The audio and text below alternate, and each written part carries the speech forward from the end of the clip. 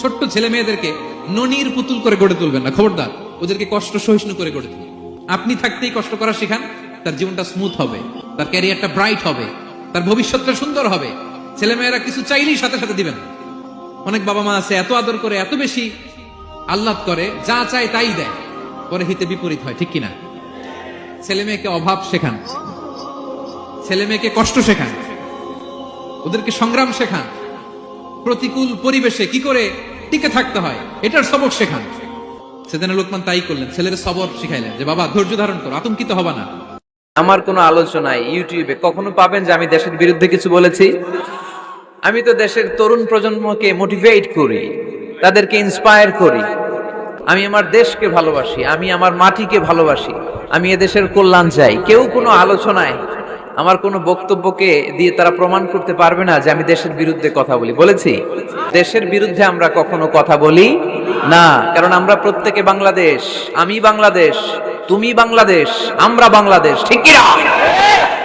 বরং বাংলাদেশের বিরুদ্ধে যারা কথা বলে, বাংলাদেশের অর্থনীতি যেখানে বিপন্ন আমি সেখানে কথা বলি।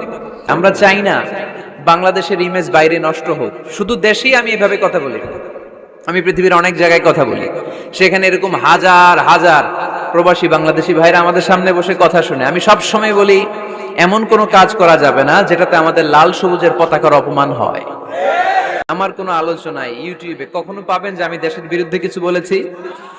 আমি তো দেশের তরুণ প্রজন্মকে মোটিভেট করি, তাদেরকে ইন্সপায়ার করি।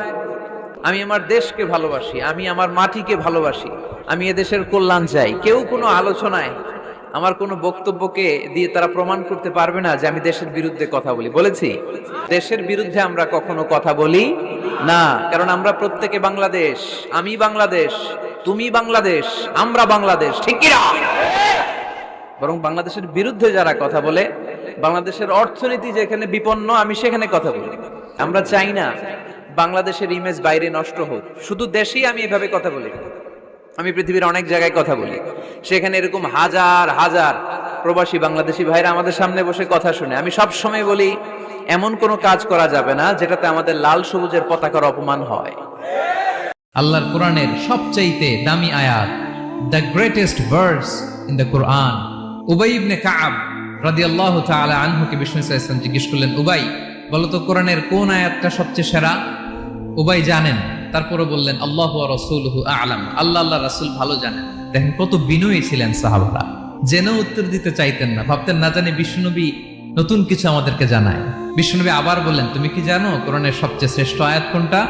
এবার উবাই ভাবলেন এবার আমি উত্তরটা দিয়েই দেই। তিনি বললেন আয়াতুল কুরসি, আল্লাহু লা ইলাহা ইল্লা হুয়াল হাইয়ুল কাইয়ুম, এটা শ্রেষ্ঠ আয়াত। বিশ্বনবী খুশি হয়ে উবাই ইবনে কাবের বুকে একটা চাপড় মারলেন, এরকম আদরের চাপড় দিয়ে বললেন, লিয়াহনিকাল ইলমু ইয়া আবুল মুনজির, হে আবুল মুনজির, জ্ঞান এবং প্রজ্ঞা তোমার জন্য মোবারক হোক, তুমি ঠিক বলেছো। সুবহানাল্লাহ পড়ে।